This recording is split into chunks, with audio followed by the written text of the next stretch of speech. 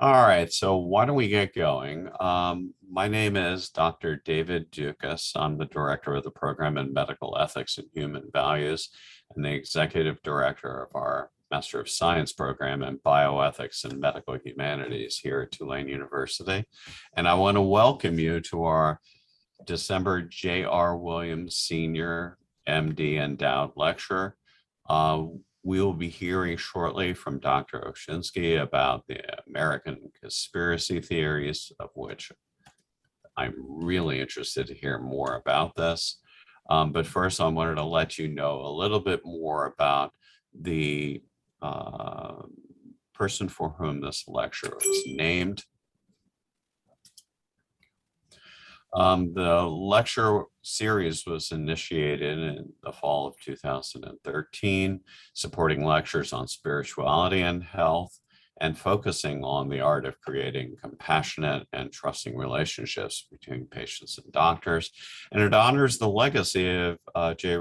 Richard Williams, a Tulane graduate who is also a very well-known and well-loved internist and oncologist in Selma, Alabama. From his family, we learned that he loved medicine and was the kind of doctor who would do anything for his patient, and an interest on the impact of spirituality on health, particularly on the positive impact of spirituality on the well-being and continued health of those who have suffered the loss of a loved one. This was particularly because during the years of his practice, much of cancer care actually became palliative care because of the lack of curative therapies at that time, years ago. The other co-sponsor of this talk, besides the love and dedication of the Williams family, is the MS in Bioethics and Medical Humanities. And we are on the web at tulane.edu/bioethics. You can also look anywhere, whether it's on YouTube, but also on the web generally. If you just type in Tulane Bioethics, you'll land right where we are. I'll also put this QR code, which will allow you to learn more about our Master of Science program in Bioethics and Medical Humanities. There is an information session which has been held fairly recently, and we have this posted. We do want people to know about our program because it helps to increase the general scholarship, teaching, and research of people who are in healthcare and other related fields towards bioethics and medical humanities. We have two tracks, one in bioethics, looking at teaching, research, and service through hospital ethics committees, IRBs, teaching in healthcare settings and conducting normative empirical research in healthcare ethics, and a medical humanities track, which is focusing on teaching or research on aspects of narrative, reflective writing, fine arts, and history in healthcare. We have a 2-year MS program. We are entering our 3rd year of our existence, and we have flexible timing for faculty development in terms of people who wish to do this. If they're currently MDs, JDs, DDSs, and they wish to participate, so they don't have to do it in a 2-year block. They can actually do 1 or 2 courses a semester. We also have an integrated dual degree MD-MS 4-year program for those who are undergraduates who are interested in pursuing an MD degree and would like to go ahead and incorporate our MS as part of that 4-year program. You do not have to take an extra year. And then lastly, we just got approved today for 3 new certificates in clinical ethics, research ethics, and medical humanities. Who might you contact? Well, I'm going to ask Stephen Hansen to wave. Yes. Stephen is the Director of Graduate Studies, and he works with our program coordinator, Sophie Offengenda, who are essential in terms of getting our program to be heard about nationally, internationally. And there again is our web link. Stephen, do you have anything else you want to add at this point? Just that we're more than happy to answer any questions that people have. Just drop me an email, and I'd be glad to work with you to figure out how this might work into your career plans. So I'm going to go ahead and turn this slide and the next over to Dr. Stout, who will be serving as our moderator today. Thanks, David. Yeah, thank you. So this is just a moment for me to let everybody know that if you're interested in the subject matter that Dr. Uscinski is going to discuss with us today, I'll be teaching a course on conspiracy theories in medicine specifically this coming spring, and we're going to be reading lots of Dr. Uscinski's work in that class. So I'm very excited to hear what he has to tell us today. So without further ado, it is my great pleasure to introduce Dr. Joseph Uscinski. Dr. Uscinski is professor of political science at the University of Miami. He studies public opinion and mass media with a special focus on conspiracy theories. He's the author and co-author of 3 books, which include most recently a textbook titled Conspiracy Theories, a primer, as well as an edited volume, Conspiracy Theories and the People Who Believe Them. He's also published dozens of articles in prominent academic journals and contributes regularly to popular news media outlets. So without I will discontinue our sharing so that Dr. Uscinski can now screen share from his computer. Excellent. Well done. All right. Well, thank you for inviting me, and thank you for the introduction, Nathan, and thank you to the organizers and funders of the series for inviting me today. I'm going to talk for about 35 or 40 minutes, and then we'll leave time for any questions. So I tend to study conspiracy theories writ large, but given that this is a medical program, I'm going to tailor some of this to the recent research I've been doing into COVID conspiracy theories and other conspiracy theories. So here's the last poll I ran, which was July of this year.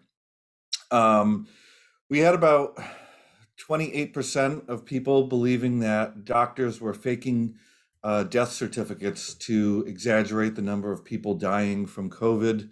We had about 20% of people thinking that COVID is a scam to force a vaccine on people. 12% thinking that the vaccine contains a tracking device. 11% thinking Bill Gates is behind the pandemic. And just under 10% thinking that 5G is some sort of scam to spread COVID, or that it encourages people to catch COVID somehow. Around 12% on our survey believed that the COVID vaccine will cause infertility. An equal number think that the vaccine will cause you to shed some sort of vaccine chemical. 13% think that the COVID vaccine will alter your DNA. 15% think that the vaccine is a scam put out by pharmaceutical companies, and 18% think that the COVID vaccine will give you COVID. Now, none of these things are true, but they tend to amass some amount of believers out there. And of course, there were even wackier ideas floating around on the internet, which I can't poll them all, but you can see these ideas like COVID is going to be used to force a scam to force people to eat bugs while the rich people dine on fine wines and meats. And we're all going to be sent to death camps because of the vaccine and the pandemic. So these ideas are out there, and depending on which particular idea we're talking about, there are more or less people believing in these ideas. So it's not just that these ideas exist, we're paying attention now. And in particular, the media has been talking a lot about conspiracy theories in the last few years, far more than they did in decades prior. So what's the media saying? Well, from Congo to the Capitol, The Economist says that conspiracy theories are surging. Politico says that we're in the golden age of conspiracy theories right now. And the Washington Post is concerned that you might fall down the conspiracy theory rabbit hole. And this is the Washington Post, not Cosmo, but you can still take the quiz and find out if you are indeed a conspiracy theorist. These concerns have been particularly poignant during the pandemic, where the media is saying conspiracy theorists about COVID are spreading their ideas on Twitter. Relationships are being torn apart by these conspiracy theories, and uh, conspiracy materials and propaganda like the pandemic video are spreading all across social media and changing minds. At the same time, during the last year and a half, we've seen a lot of coverage of bizarre conspiracy theories like QAnon, and journalists questioning, has this become mainstream? You know, how big have these ideas become, and what should we do about it? Well, as with media coverage of many problems, the first thing that they do is find a villain. And in this case, we're pretty aware that the villain is social media. So coverage says things like this: 9/11 conspiracy theories continue to live on because of social media. Trust in social media is linked to believing COVID conspiracy theories. And watch out, because if your kids are on TikTok, they're probably going to become conspiracy theorists. Well, this is the general tenor of coverage out there, and this isn't The Onion, this is The Guardian. You know, watch out for Mark Zuckerberg. He's a modern Bond villain, and he's going to get your kids and fill them with all sorts of nonsense. But the public is convinced of this basic narrative. So polls show that 70% of Americans believe that conspiracy theories are out of control. 60% of Americans think that we believe conspiracy theories more than we did 25 years ago, and the vast majority of Americans blame social media for this state of affairs. With that said, now there are calls for restrictive policies to restrict social media and to restrict speech. So we see typical op-eds like this: it's time for Congress to hold social media companies liable. It's time for social media companies to clean up what's on their sites. And this is happening both in the US and across the world. But calls like this have serious policy implications. I mean, the first is when you start regulating technology, it stifles innovation, and it, rather than fight monopolies, it could very well embolden them. Regulation of markets like this can increase costs and decrease choice for consumers online. And we're talking about the regulation of speech, in that it's never been fully defined what a conspiracy theory is. Even the people who study misinformation aren't really sure what makes something misinformation or not. And a piece of misinformation today can be truth tomorrow. So when we start regulating these things, we can wind up with a chilling effect on sharing of information, which could be valuable. And we've already seen collateral damage, where we have social media companies taking down information that isn't conspiracy theories, but is intended to fight conspiracy theories. But because it's engaging with these ideas, these things are just getting taken down wholesale. At worst, when we put the government in charge of censorship, of deciding what's true and what's not, it leaves us open to manipulation, where when you put government politicians in charge of deciding what's true and what's false, we're often going to find that things deemed false are the things that are just critical of them. So we have to be very wary of that. So the questions I want to answer today are conspiracy theories on the rise? What about COVID conspiracy theories? What about QAnon? Are conspiracy theories driving behavior and violence? And is social media responsible for this? So the remainder of my talk is going to be this. I'm going to define my main terms. I'm going to talk about how beliefs in conspiracy theories form. I'm going to test the media narrative and then discuss what we might be getting wrong. So a conspiracy, in the way that I use the term, refers to a small group of powerful people working in secret against the common good, and in a way that undermines our bedrock ground rules against the widespread use of force and fraud. So I'm talking about things that go beyond typical legal definitions of conspiracy. So a good example of the way I use the term is Watergate. Richard Nixon and his people in his administration undermined the Constitution, not just by breaking into the Watergate Hotel, but by attempting to cover that up and spy on their political competitors and enemies. We know this is real and that these things happened because people made admissions in open court. There were open studies put out by the FBI, by Congress, and that data is available for anyone to examine or refute if they want to do so. A conspiracy theory, again, is just an allegation of a conspiracy, which is a small group operating in secret for their own benefit against the common good and in a way that undermines our bedrock ground rules against the widespread use of force and fraud. But the difference between conspiracy theory and conspiracy is that the relevant experts have not determined that a conspiracy theory is in fact the most likely explanation of an event or circumstance. So if you think that the CIA killed Kennedy, you're engaging in conspiracy theory.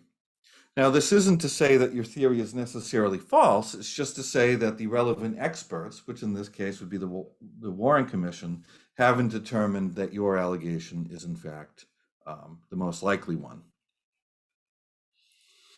So why do people believe conspiracy theories? Well, if you take that question and sort of generalize it, the answer is the same as why do people believe anything, right? And the answer is sort of unsatisfying for a lot of reasons. People just don't come to beliefs because there's something shiny about those beliefs that shows their truth value. People have to navigate a confusing world. And what helps them do that are things like their worldviews, their personality traits, and what they already believe about the world. So the big factors that we find driving conspiracy theories are the same factors that drive beliefs in other things. So for example, our group attachments determine which ideas we adopt and which ones we reject, right? And this is the same with any idea, and it's the same with conspiracy theories. So Republicans tend to believe conspiracy theories that accuse Democrats, and Democrats tend to believe conspiracy theories that accuse Republicans. No shocker there. We also tend to believe ideas that come from our political and media elites. So if you trust what a particular politician says, when that politician traffics in conspiracy theories or misinformation, then you're likely to believe them. But it has nothing to do with the fact that the idea is a conspiracy theory or maybe not necessarily true. It has everything to do with who you're getting that information from. People also have latent dispositions, and in this case, the one that is most important is what I call conspiracy thinking. To one degree or another, people have a worldview in which events and circumstances are dictated by conspiracies being pulled off, usually by people who they don't already like and trust. Now, for people who have this worldview very strongly, they're going to look out the window and see conspiracies everywhere, that these are what's driving everything. But for people who have this worldview very weakly, they're not going to jump to conspiracy theories as the most likely explanation, and they'll be quite able to resist those theories. Now, I don't want to say that one end or the other end is necessarily normatively better. I mean, it's a bias, right? So on the high end, you have people accepting lots of conspiracy theories, perhaps on very weak evidence, but on the low end, we find that people are rejecting conspiracy theories outright, which could be true, and they even reject real conspiracies, which did happen, right? Luckily, most people are somewhere in the middle, but again, it's a bias, and I don't recommend people be on one end or the other. Our information environments also drive what we believe about the world. The media that we choose to access, the information that we access, which leaders we choose to listen to, and which people in our social circles we choose to listen to can determine what we believe about the world. Our personalities also drive which ideas we adopt. So for example, antisocial personality traits like high levels of narcissism, psychopathy, Machiavellianism, we find tend to drive beliefs in what I might call antisocial conspiracy theories. So if you think no one died at Sandy Hook or that the Holocaust was faked, we tend to find that those beliefs are associated with high levels of narcissism and psychopathy. But just to be clear, not all conspiracy beliefs are associated with that. So we probably have several friends which believe Kennedy might have been killed by a conspiracy theory. Majorities of Americans believe that, and it doesn't necessarily make them antisocial in any particular way. And I'd like to point out too that it's not necessarily the case that conspiracy theories have to be shared with us in order us to adopt them. People can make up whatever they want, and they often do. And people who are prone to conspiracy theorizing will often make up their own conspiracy theories. They don't need to get it from somewhere else. So to return to our latent disposition, conspiracy thinking, these are the sorts of statements I put on surveys to measure this disposition. So ideas like much of our lives are being controlled by plots in secret places, even though we're in a democracy, a few people always run things. The people who really run the country are not known to the voters. Now, these are very bland statements, and you could strongly agree or strongly disagree with these. But what we find is that when we put these on surveys, people tend to be somewhere in the middle of agreement, neither agreeing nor disagreeing, with some people strongly agreeing and some people strongly disagreeing. But when we put these statements together, we can get a measure for each of our survey respondents that tells us how much conspiracy thinking they have. And we find that this measure predicts incredibly well how many conspiracy theories they believe. So someone on the high end of this measure believes many conspiracy theories, and the person who tends to disagree with these ideas believes very few. So if we put this into a basic model of information reception, it's something like this. People have information coming in all the time from various sources. That information gets laid over their dispositions that they have. For example, their conspiracy thinking, their partisanship, their group attachments.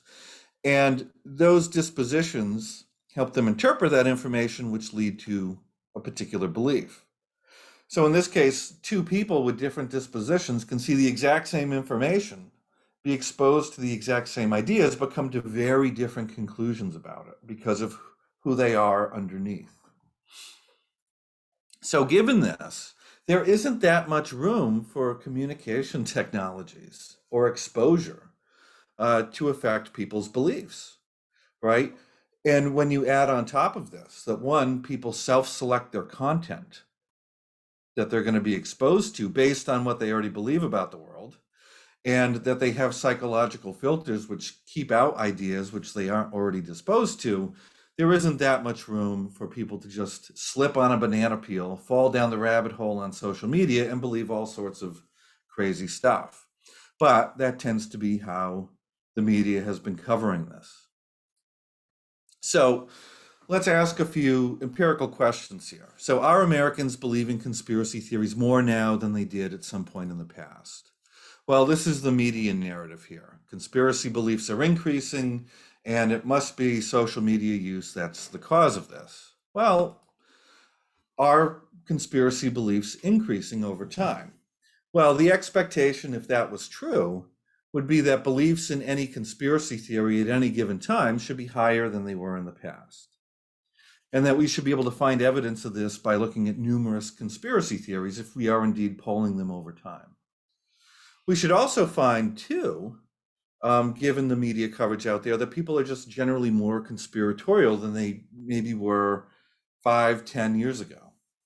So is that the case? Well, let's take the most critical case, which might be COVID and conspiracy theories about that. So when the pandemic hit in March of 2020, I just happened to have a poll about to go out. So I added 2 COVID conspiracy theories to it. The first being that the pandemic is being exaggerated to hurt President Trump in the election year, and the other that COVID is some sort of bioweapon. So in March of 2020, I got around 30% for each of those beliefs. But then I repolled in June and October and again found no change.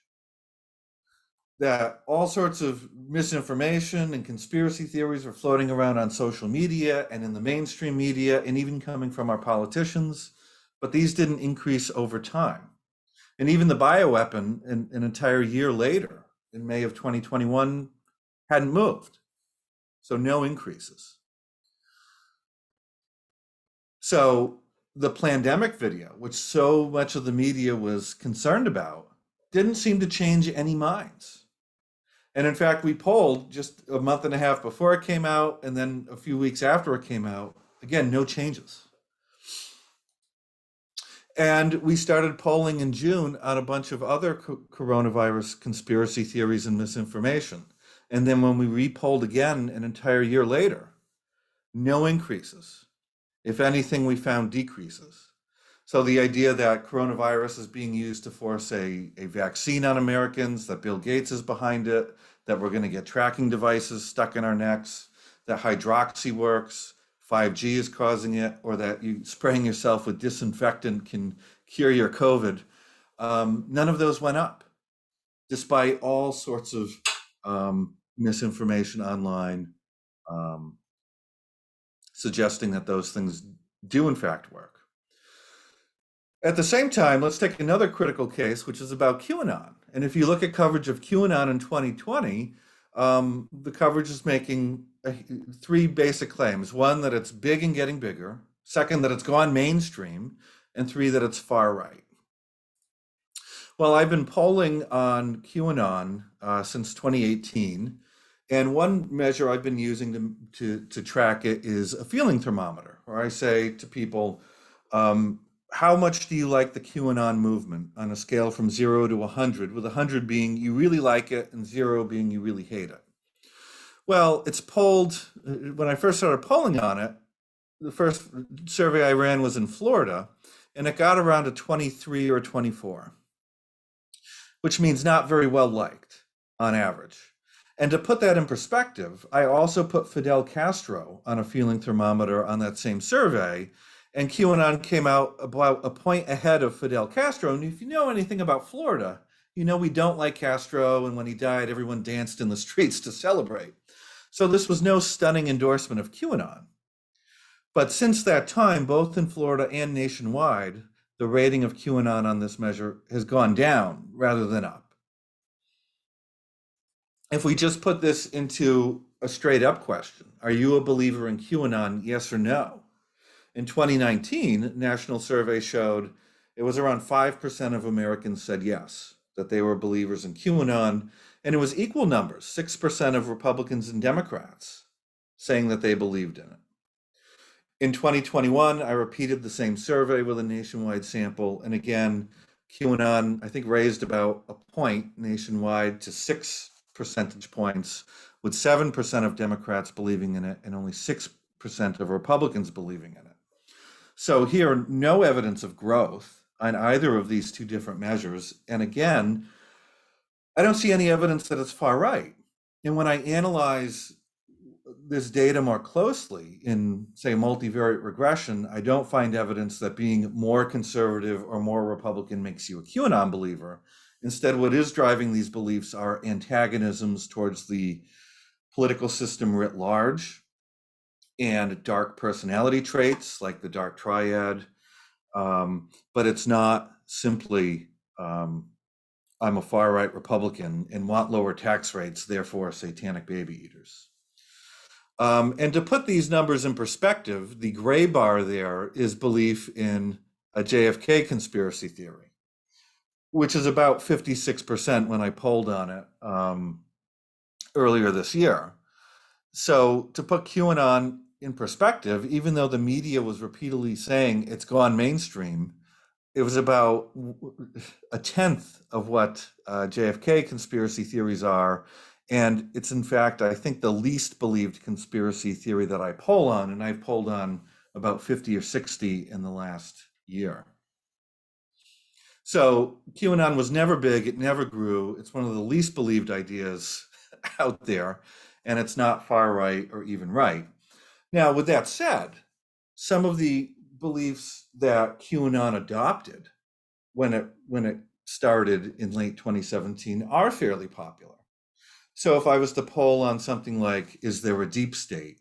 Or is there a massive sex trafficking ring run by Hollywood and government elites? I would get pretty high numbers on those.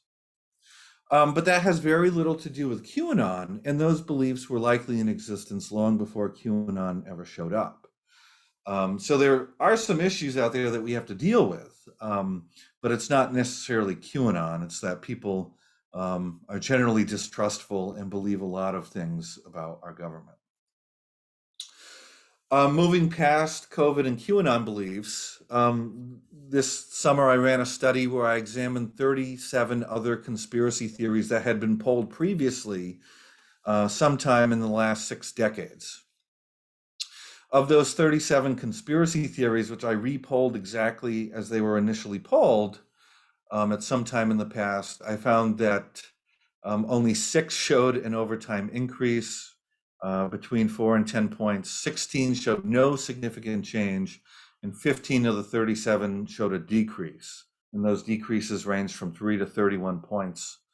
So the average change across this wide body of conspiracy theories that I polled on was about -5 points. So again, no big evidence of increase. And why don't we just take JFK, for example? This belief started around 50% shortly after the assassination in 1963, which makes it, compared to things that I poll on now, higher than most conspiracy theories that I poll on now. That increased to 80% in the 70s, and it's only come down in the internet era and in the social media era, despite the fact that it's just sewn into the culture. So no evidence of big increases. If we were to look at my conspiracy thinking measure, which I've been polling nationwide for a decade now, no increases. It's been largely flat.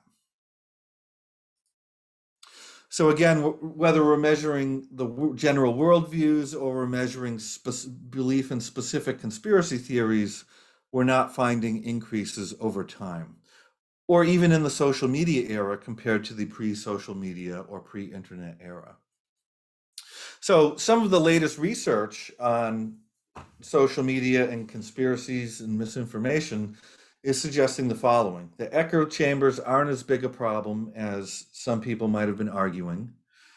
The idea that we're living through an infodemic doesn't necessarily make sense, and it's not clear that misinformation is any more prevalent than it was in the past. It's just that we can see it on social media in a way we couldn't see it before. And it's not really true that we're any less truthy than we were before the post-truth era. Studies of conspiracy theories online suggest that self-selection is explaining the use of a lot of these websites and social media accounts, so that people who already have these beliefs are the ones who are accessing it. So it doesn't leave a lot of room for conspiracy content to influence people, because it's just people who already believe it who are accessing it. Even things that very much concern me, like Russia, putting out propaganda in our election, careful studies show that that didn't really have an effect how anyone voted. I mean, that's bad and I don't like it, but it doesn't mean anyone's vote was changed or that it had a effect on the election. And one thing we need to think about when it comes to social media is most people aren't that political. They're not paying attention to politics, and they're not necessarily that interested in conspiracy theories. So it's not like people wake up in the morning and say, hey, I can't wait to get my politics and conspiracy theories from Twitter or TikTok.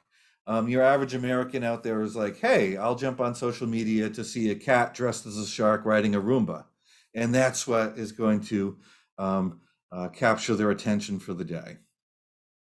And we have to understand too that social media platforms aren't necessarily representative of the rest of Americans. One way to think about this is people with gregarious, sometimes obnoxious personalities are occupying social media discourse because they have a lot they want to say and they want you to know what they're thinking because they're convinced that they're right. But they're not necessarily representative of the country as a whole. So your typical model of conspiracy theory associated behaviors that gets talked about quite a bit in the media lately is something like this. When you have these normal, innocent people walking around, and then they go on social media, they slip on a banana peel, they see a conspiracy theory, and all of a sudden they become like this, and they go commit violence or do something really antisocial based on their newfound beliefs. So the model that tends to get assumed is something like this, where people are just exposed, they adopt the beliefs immediately. And putting this in terms of, vaccines right now, they become hesitant and suspicious of vaccines, then they refuse to get the COVID vaccine.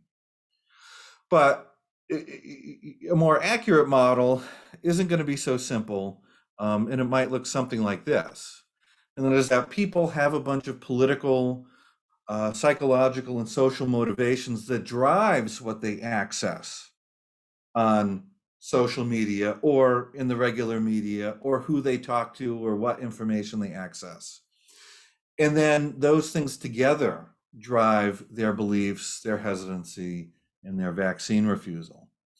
So oftentimes when we're talking about, oh my God, the influence of social media on people's choice to get vaccinated or not, what they were exposed to and the beliefs they may or may not have adopted from social media can often be thought of as a post hoc justification for things those people were going to do anyway. And we have to understand that vaccine hesitancy pre-exists COVID. It pre-exists the COVID vaccine. And a lot of these people who were suspicious of modern medicine were that way probably before the internet even showed up. So the model might be more something like this. People are who they are, regardless of whatever they access, and that's sort of that.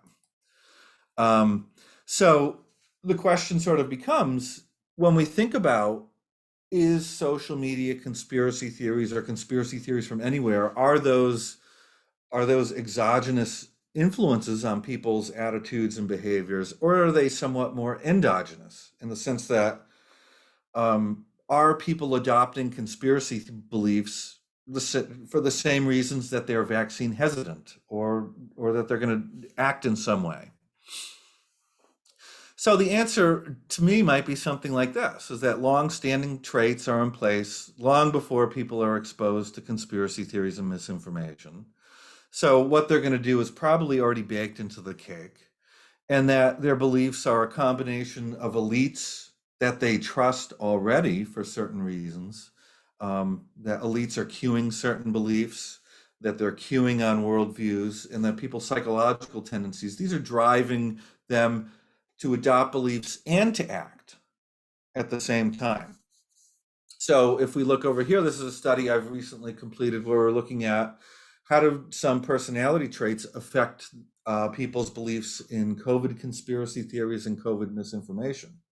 Well, we find that people who have conflictual personalities, people who can't negotiate disagreements very well, they tend to be more likely to believe in COVID conspiracy theories and misinformation. People who have higher levels of psychopathy are more likely to adopt these beliefs. People who have antagonisms towards the political establishment writ large are more likely to adopt these beliefs. Just the same, people who believe in Trump and really like Trump and trust him were more likely to have these beliefs. And it makes sense because Trump pushed a lot of COVID conspiracy theories and misinformation. At the same time, we see that education and science literacy exert a depressing effect on conspiracy beliefs and misinformation. So it just doesn't seem to be the case that people are randomly getting exposed and adopting these beliefs, but rather that there are long-standing traits that they have that make them more disposed to these ideas. And we got to be very careful when we read coverage. So here's an example from summer of 2020, and it talks about a woman in Arizona who started getting into conspiracy theories online, became a QAnon believer, and then ran to a Target department store and trashed the mask aisle because she thought that the masks were part of a conspiracy. Well, if you read through the first 15 paragraphs, it makes it sound like She just got online, got these ideas, and then went and acted on it. But when you read down to paragraph 15, all of a sudden it's a very different story. That the person had lost her job, was in isolation due to the pandemic lockdown, had untreated psychopathologies, and wasn't getting proper treatment. And it's those factors all together that went and drove her to act. So if you're only looking at social media exposure, you're missing a much larger part of the story here. So we have to be very careful where we point the causal arrow at something and want to start blaming things and then censoring our information environment because of it. We have to understand too that in our society, tech panics abound. And more than that, all sorts of panics are always going on. When I was growing up in the 1980s, there was a major satanic panic going on where all sorts of people thought there was satanic ritual abuse going on across England, Canada, and the US, and that these satanic cults were everywhere. They had infiltrated our schools and police departments and daycare centers, and we need to be on the lookout for it. Never good evidence of it. At the same time, when I was growing up, there was a panic about Dungeons and Dragons, the board game. People thought that this was causing a new wave of teen suicide and that people were summoning demons and doing all sorts of evil stuff with this, and that it was just terrible and we need to ban it. Never good evidence of that. But these things got a lot of coverage and the media ran with it because it's sensational and it's fantastic. But if you go back in time, you find these same ideas are always around. Go back 120 years, there were people who wanted to ban novels because too much reading was causing lots of problems. When I was growing up, it was too much TV. 100 years ago, it was too much jazz is causing a new wave of suicide. In the 80s, they wanted to ban arcade games because it was creating a honky-tonk atmosphere in towns. So there's always something we need to blame for whatever these problems are. And social media is just the new poster child for that. But none of this is new. These are old human problems, right? I mean, COVID conspiracy theories seem new, but only because COVID is new, right? Go back before COVID-19. There were conspiracy theories about AIDS and Zika and swine flu and cancer and every other disease out there. And it's the same people believing the same things over time. The same concerns that we see expressed about COVID-19 vaccines were expressed about the MMR vaccine and other vaccines in the past. People thinking Bill Gates are trying to take over the world with the pandemic. Well, 3 years ago, it was George Soros. And before that, it was the Rockefellers and the Rothschilds. There's always some family we need to blame for controlling everything. And 5G conspiracy theories, which they said 5G is spreading COVID. I mean, people were saying 5G was part of a conspiracy before COVID even showed up. So it's the same people believing the same stuff over and over again. And to me, who's knee deep in all these things, it gets very boring because it's like those Mad Lib games that we had when we were a kid. It's the same theories, just a different noun to adapt to new circumstances. So there's good and bad news out there. I mean, the good news is these theories aren't believed by more people. And it might not be the case that misinformation is more widespread than it was in the past. So that's good. At the same time, there is bad news. These beliefs are troublingly widespread. Lots of people believe them, and many people act in ways that align with these beliefs. Maybe not necessarily because of these beliefs, but certainly in line with them. And that's bad. And we need to figure out ways to deal with this. But we shouldn't blame new technologies for old human problems. This is a very, very human problem, and it's been around as far as history goes back. So with that, I will end my talk and open it up for any questions. And thank you for inviting me. Thank you so much. Let me let me precede the Q&A by saying if you are interested in CME credit for this session, we need you to sign up for the session. By that, I mean enter your name and email in the chat. and we will take that information down. I'll go ahead and put that information in the chat as well. And then Nate, please, I'll hand over to you.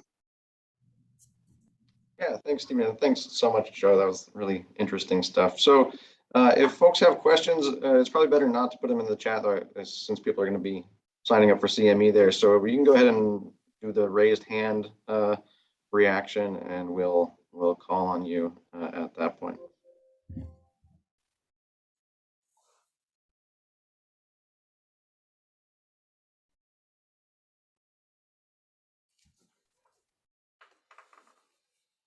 There were a few questions in the chat, though, that we might, while we're waiting. Has there ever been a conspiracy theory that has been proven true?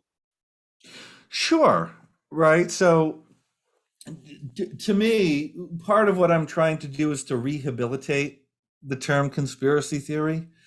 So to me, it's not an idea that's necessarily false. It's just an idea that hasn't met some epistemological standard, right? To me, the standard is that you have the relevant experts and institutions in that area saying this conspiracy happened or likely happened, right? So you can imagine in that sense, Woodward and Bernstein were hunting down a conspiracy theory involving the Nixon White House, until which point there were investigations by the FBI, Congress, the courts, and all that data was collected and put out there, and those determinations are out there for anyone to see. So in that sense, they had a conspiracy theory, which they investigated, and it turned out, yes, this break-in eventually did lead up to the Nixon White House and did involve a purposeful cover-up and did involve other crimes.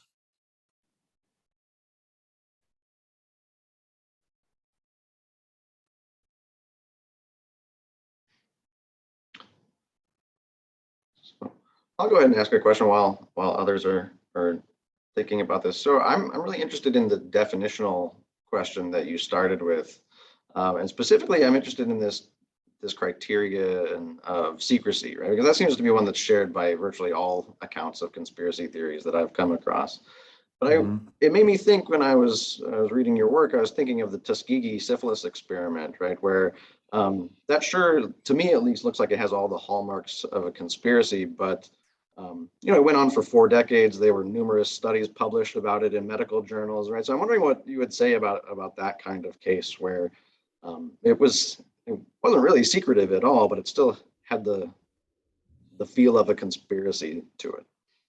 So there are some debates about Tuskegee in the sense of how do we define it.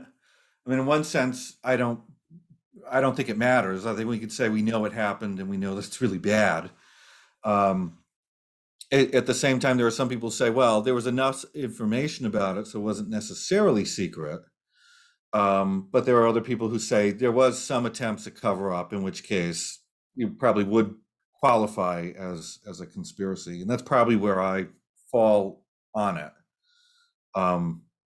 So in that sense, I think we would be arguing of how secret was it? Were there attempts to cover it up? And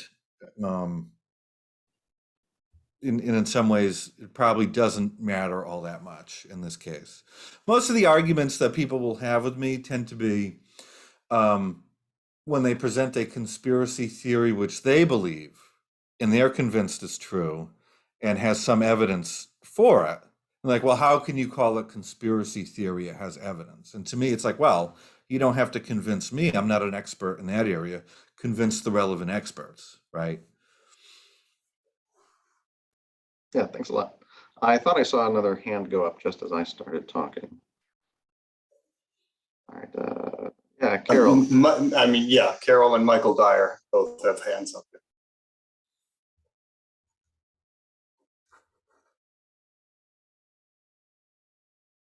Carol? You're muted, Carol.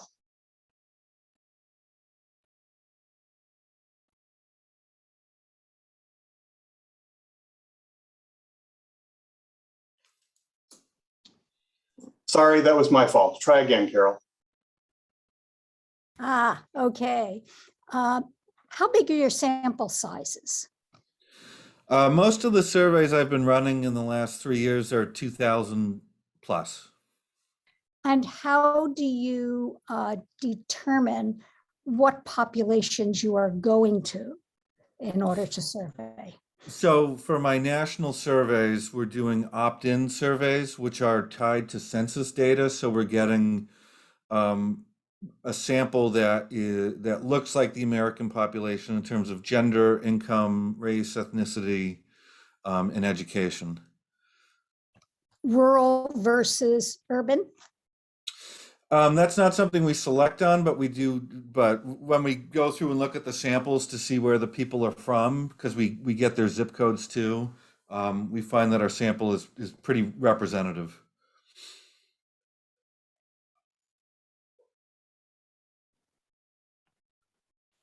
Hello, Hi. I had a question. Instead of talking this long for conspiracy, could you talk about the truth and how to disseminate it? Oh, well, that's a really tough question. So as a social scientist, for political scientists to find something that's quote unquote truth, I mean, we're doing tons of studies and spending lots of time on it. Think about how, the medical doctors will find a cure for something. There's nothing about truth that has a shiny quality to it that you can just discern it from all the things that are less true. It's, studying things and finding truth takes a long time, and in different areas it takes, there are different methods. But to me, what I tend to argue is don't believe anything until you have expert consensus on it. Don't jump in head first, right? With that said, we still have to live our lives, and we have to make decisions throughout the day, and we have to do the best that we can with what we have. And we don't always have a consensus of experts standing next to us, ready to weigh in on anything we have to make a decision on. So oftentimes we got to do the best we can with the evidence that we have, right? So my view is do the best you can, rely on the best sources you can, but don't fully commit until the relevant experts are saying this is likely true. But even then, we can't always know, right? I mean, scientific consensuses sometimes get overturned, right? So there is no easy way to do that. Can I comment on it?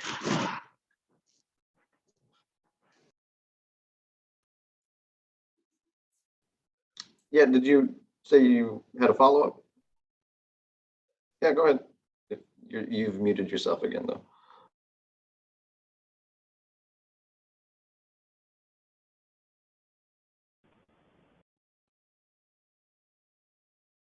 I'm sorry, you're muted still. Can you hear me now? Yes. If the scientists and physicians and politicians and chaplains would have followed the policy of veracity, always telling the truth, people would believe them. But like the story of wolf came, we have spoken so many lies in the past. Nobody trusts us. So can we change the path now and start speaking truth? I'm sorry, I couldn't understand any of what you said. I said that in the past we have spoken so many lies that nobody trusts us. Can we follow the policy of veracity? Speaking truth only. As a physician, as a sociologist, as a psychologist, as an ethicist, people will start believing in us again. Well, I think trying to speak things that are true is probably better than doing the opposite. But I would also say this too, is that it's not necessarily the case that there's mistrust out there of the government, of doctors, of scientists, because of anything that we did. Sometimes people just are disposed to distrust institutions and science and politicians. And in just simply starting speaking truth all the time isn't necessarily going to change those people's dispositions, right? So on the one hand, you're correct. It'd be better if politicians didn't lie. That would be great. I don't think that's going to happen. And at the same time, I think there are people that no matter what they're told, no matter how true it is, they're just not going to listen. Um, and it's just because they're for whatever reason predisposed not to. And it's going to be a tough slog to try to address that. Thank you. We move to Cam Parsi.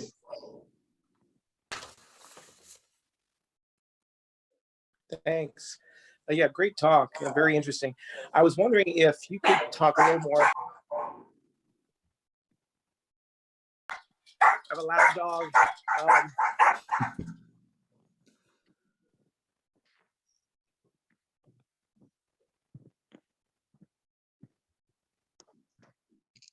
So just if you could talk a little more about, you mentioned the infodemic as not being really a serious issue. And I agree on some level, but what is our response when someone who has a great deal of authority and power, such as a president, fuels the infodemic, as was clear last year?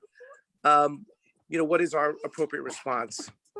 So my argument isn't that there's no misinformation out there. Obviously, it's out there, and people do believe it. My concern is that calling it an infodemic gives it a different. It conceives of it probably in a very wrong way, and it suggests like some other like a pandemic. It just spreads from person to person to person indiscriminately. But it doesn't do that. Right? People have to be very much disposed to who's sharing that misinformation and what that misinformation is for them to adopt it. Right? So what social scientists have found in the last year and a half is that this stuff isn't spreading like a pandemic across social media where people just spread it and it spreads and spreads and spreads. Instead, we know what the vectors are, and they're exactly what you just said they are. I mean, one of the biggest spreaders of misinformation during COVID was Trump. Well, who was Trump convincing? He was convincing people who like Trump and were motivated to believe the things that Trump said for a whole bunch of reasons, right? I mean, why would Republicans want to downplay a pandemic? There's nothing about being conservative or Republican that would make you want to do that. But why were they motivated to do that? Well, because it's an election year and they knew that a pandemic hitting an election year was going to necessarily injure the incumbent president. So it made sense for them to say, oh, it's not real, it's exaggerated, it's the Democrats' new hoax. So there's a motivation there right off the bat. And then the fact that Trump says this is the Democrats' new hoax. What we found in our studies was that people who trust Trump and paid attention to the things Trump said were the most likely to believe that. So that's not really an infodemic. That's, a politician spreading conspiracy theories and misinformation to people who trust them. That's a political problem. It's not necessarily a problem of information, right? It's a problem of the politician acting in a terrible, terrible way. And that's what needs to be addressed. And the thing that gets me so much is that you have Congress talking about how social media is driving this infodemic, is driving misinformation, conspiracy theories. No, it's the people in government who have the most effect of this. They're the ones pushing these. They're the biggest vectors of misinformation. They have to rein in themselves and hold themselves accountable. I mean, you can apply this to the January 6th riot too and say, oh, Facebook did this. No, it was a sitting president who for years built a coalition of people who believe everything is rigged. Then he told them that the election they just lost was rigged. And then he told them to be at a particular place at a particular time to do a particular thing.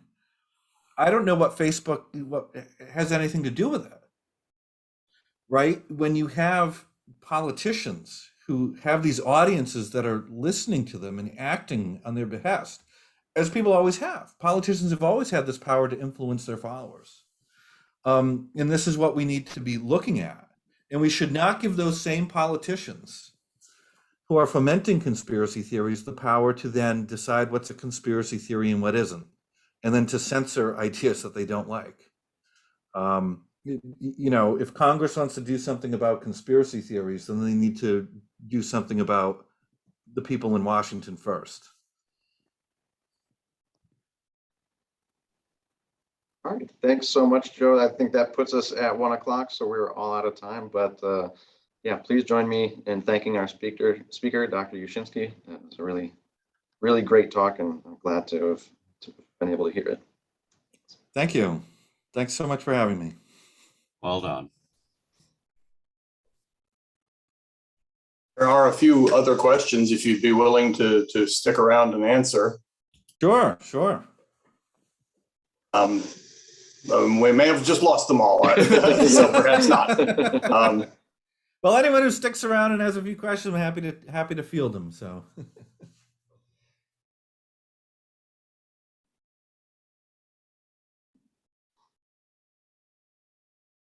Hi, this is Alex Lee. Can you hear me okay? Yes. I'm a palliative care physician at the VA, and I really loved your talk. And I had heard on NPR, maybe Hidden Brain, about how, 1 in 5 people essentially believes, one of the top 5 conspiracy theories, and that's been so helpful to me in my practice. Because we do a lot of receiving of the narratives that patients have about why they're sick. And often there's a real conspiracy component to that. But as I've practiced, over the last 15 years, I've found that, in dealing with patients, that sort of akin to hope, people seem to hold on to conspiracy theories in one hand, but also accept the science and rationale of what we're proposing in the other. And on good days, they can kind of balance those things or even tend towards the logical. And then on hard days or stressful times, they might go back towards the conspiracy. And I see it akin to how people deal with having hope of, cure or of living for a long time, even in the face of terminal illness.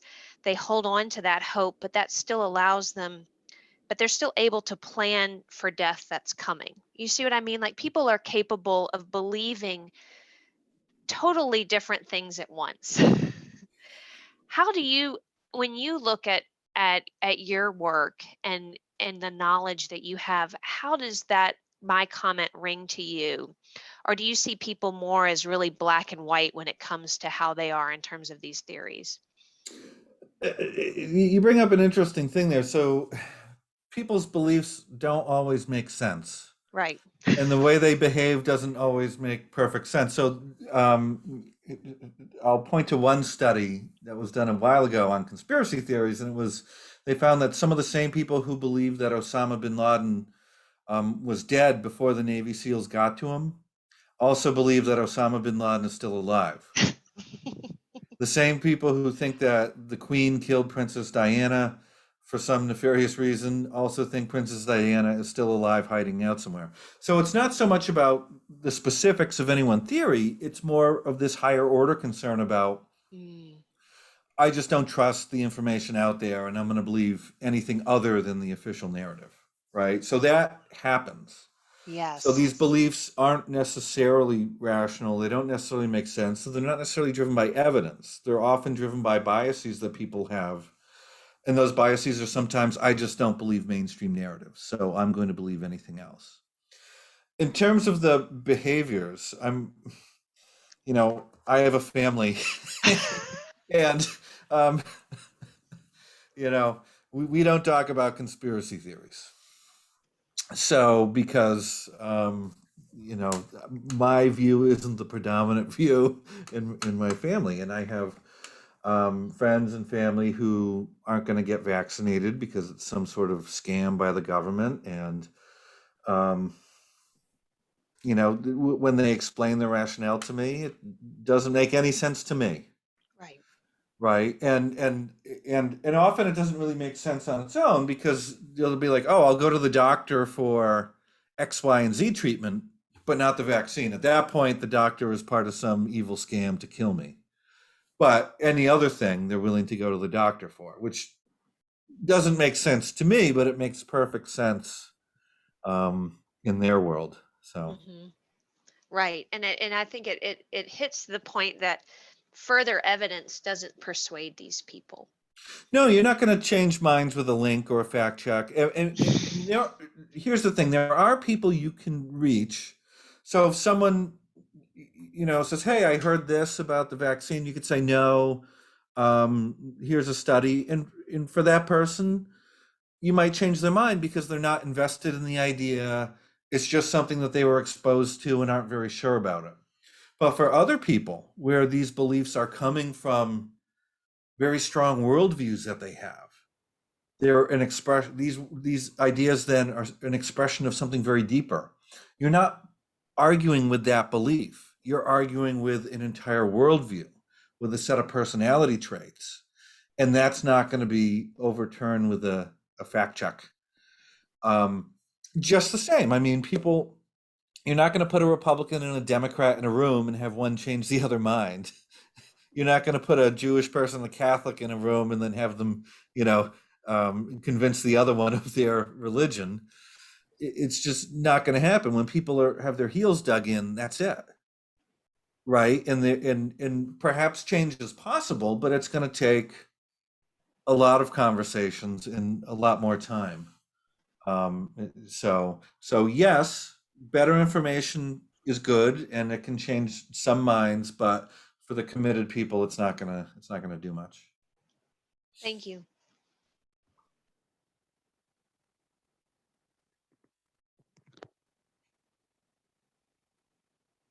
And I'll say one other thing too, very quickly on that question, and that is that for some conspiracy beliefs, we find that those tend to be adopted by people with personality traits, which make them unlikely to want to change their mind.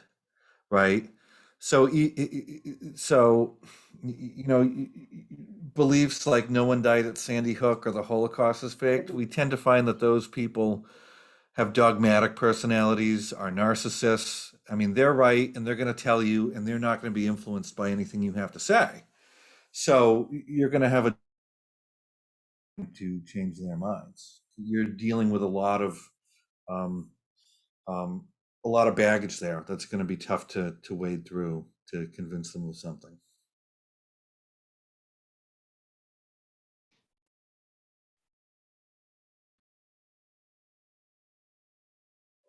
All right. Any final questions before we let Dr. Uscinski go? Yeah, I'm still hung up on sample size. Is 3,000 big enough to really get a clear picture? Does it have enough power to get a clear picture of questions like this?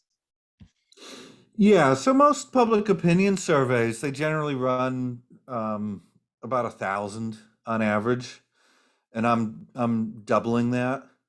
So for the things that I do, yeah, it's generally more than enough power.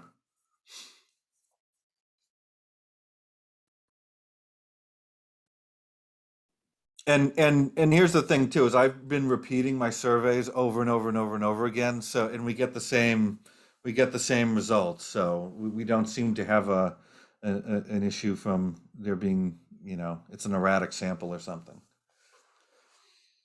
Looks like Dr. Parsi has a question too. I think his hand was still up from his previous question. I did see one new hand go up. Yeah, go ahead. Hi, can you hear me? Yes.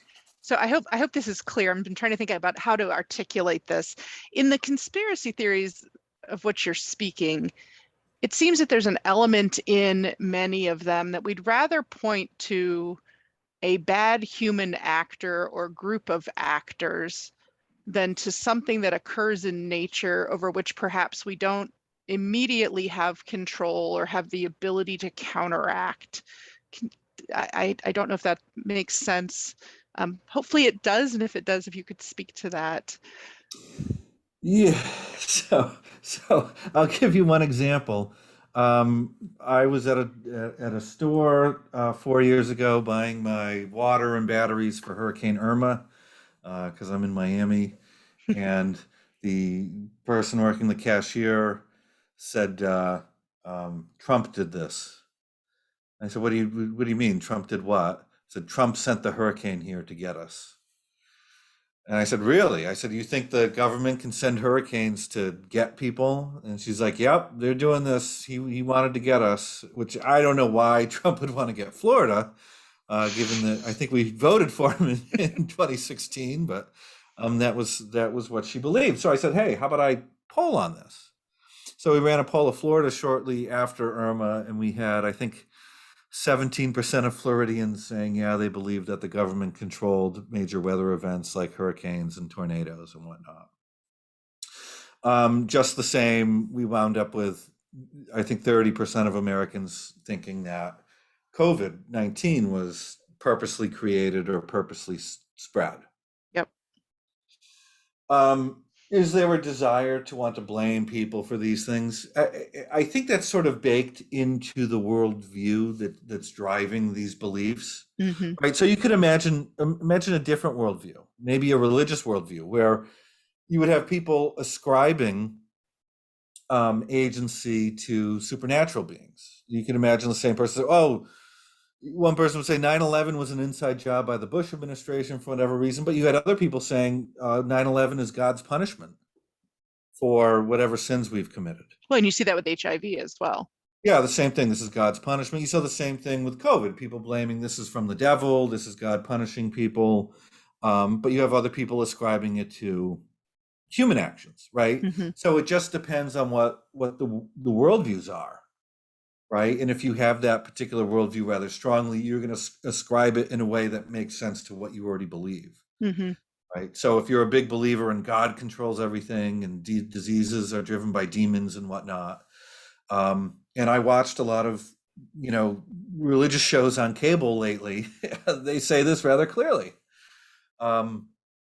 So it just depends on what that person already believes about the world. Thank you. And I'm from Florida, so I feel for you. Yeah, and we actually put some of this on some of our surveys, and we were getting 20% of people saying, if you use prayer, you can prevent or cure COVID. If you get right with God, you won't catch COVID. And it's almost doing the same thing, right? You're ascribing, okay, there's someone in control. In this case, it's a supernatural entity rather than somebody in the government or somebody who owns Microsoft. Right. Or God will protect you, and if you get it and you die, that's his will. Yeah. Exactly. Thank you.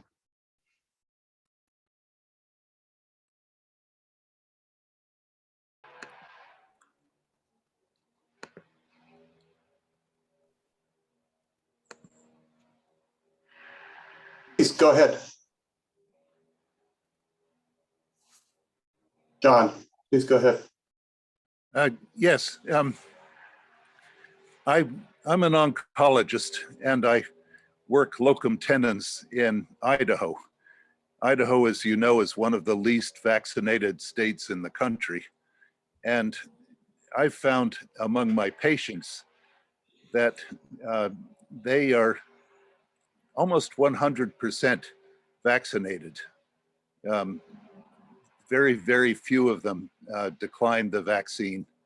And yet they persist in many of the conspiracy worldviews that you've talked about. What it leads me to believe is that the main driver is the number one thing that you listed in the beginning, which is sort of a communitarian thinking about conspiracies rather than the independent psychopathology theory. What do you think of that? Well, I think they both play a role. So the world is a messy place, and people come to beliefs through all sorts of different pathways, right? So in some instances, someone who's not inclined toward conspiracy theories at all might believe one simply because a trusted source told them. And they're not believing it because it's a conspiracy theory, they're believing it because they trust their source, right? And just the same, other people are attracted to conspiracy theories because they're just attracted to them. That's how they see the world, and they adopt those views precisely because those ideas make accusations of conspiracy. Um, it's not going to be the same for all the people all the time across every belief, right? Um, so what I would say is that different things are going to play different roles depending on who we're talking about, how they were exposed, or if they made it up, and who they're listening to, and but when I back out of that and we look at survey data, which is where we're trying to say what has the most explanatory power across lots of people, that's where we find that having the worldview tends to drive it. Having partisanship sort of determines, which set of conspiracy theories you might believe in, because that determines who you're listening to and who you think the good team and the bad team is. So it will determine who you accuse. And then there are going to be other factors, right? I mean, you can imagine someone who's older, that's a very different calculus to get vaccinated than someone who's much younger, right? So even if if you're 70 and you say, well, I think this whole thing is a sham, but you see the people in your age group are, likely to die if they catch COVID. You may say, well, that's going to outweigh my conspiracy belief and I'll get the vaccine and, whatnot. Whereas a 20-year-old say, this may not have that much of an effect on me. And in that case, their conspiracy belief can determine their behavior more than their susceptibility. Thank you. All right, thanks, Joe. I think we should stop there. We appreciate the talk and appreciate you being so generous with the extra time and taking more questions. So Thank you so much. It was my pleasure. Thank you. thanks again. Thanks now. Thank you.